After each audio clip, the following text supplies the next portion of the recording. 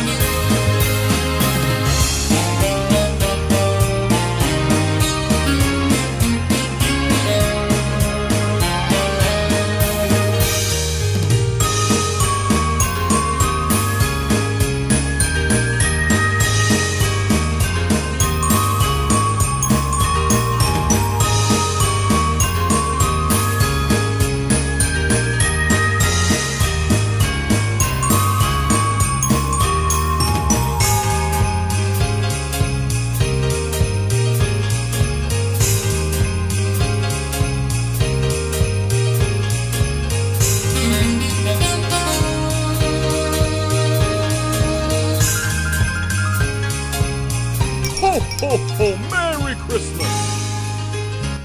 Vậy là 3 chiếc bánh bento Giáng sinh của chúng mình đã hoàn thành rồi đây. Các bạn thấy những chiếc bánh này có đẹp không ạ?